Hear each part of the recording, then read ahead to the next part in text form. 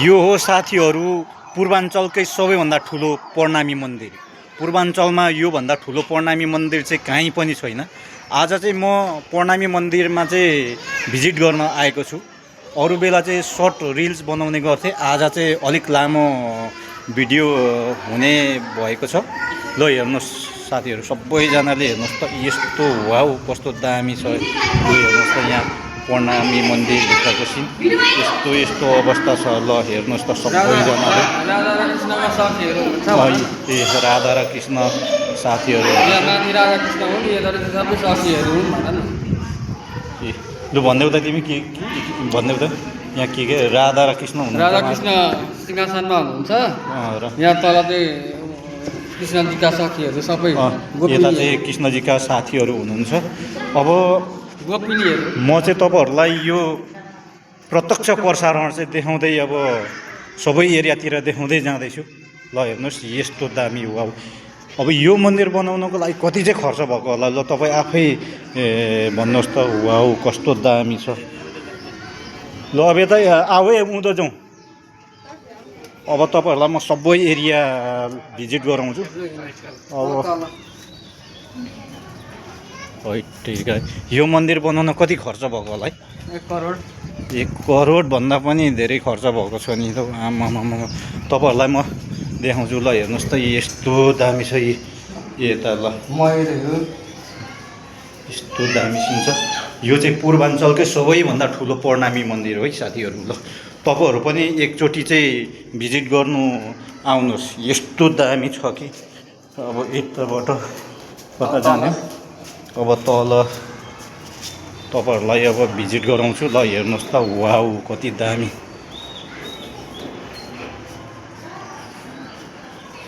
तपाईँहरू दुनियाँ दिउन सब ठाउँमा मन्दिरतिर चाहिँ जाने गर्नुहुन्छ, तर यो प्रणामी मन्दिरमा चाहिँ अवश्य एकचोटि चाहिँ आउनै पर्ने हुन्छ है तपाईँहरू। एकदम राम्रो छ।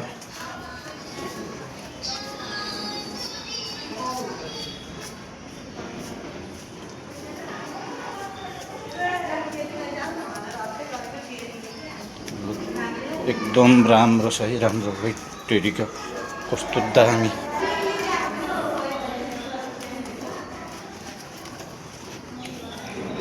ल हेर्नुहोस् त, ऊ चाहिँ मेरो साथी हो, ऊ प्रणामी हो।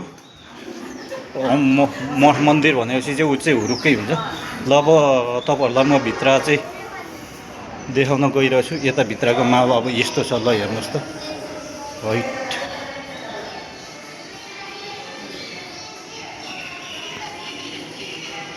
यो चाहिँ पूर्वाञ्चलकै सबैभन्दा ठुलो प्रणामी मन्दिर हो। वाउ कति दामी।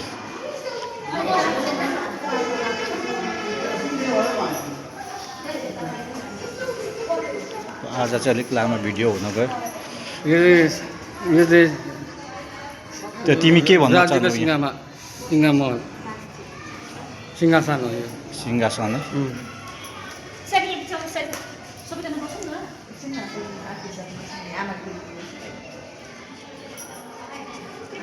यो भिडियो हेरेर बस्ने मान्छेहरूलाई तिमी के भन्न चाहन्छौ? यो भिडियो हेरेर बस्ने मान्छेहरूलाई तिमी के भन्न चाहन्छौ? मान्छेलाई एकचोटि यो मन्दिर चाहिँ अवश्य भ्रमण गराउनु होला। यहाँ सबै सुखको आनन्द एकछिन भए पनि आनन्द मिल्छ। श्री राजश्यामाजीको कृपा सधैँ रहिरहेको छ। वाउ कस्तो राम्रो हैट।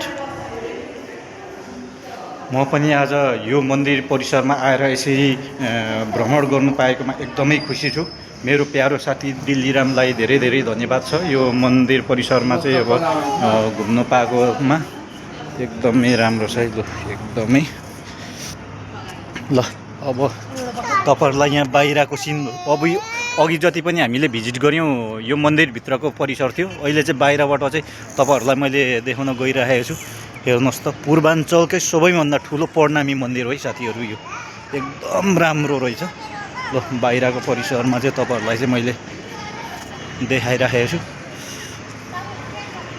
हामी एकचोटि चाहिँ अवश्य पनि यो मन्दिरमा चाहिँ आउनै पर्छ है साथीहरू।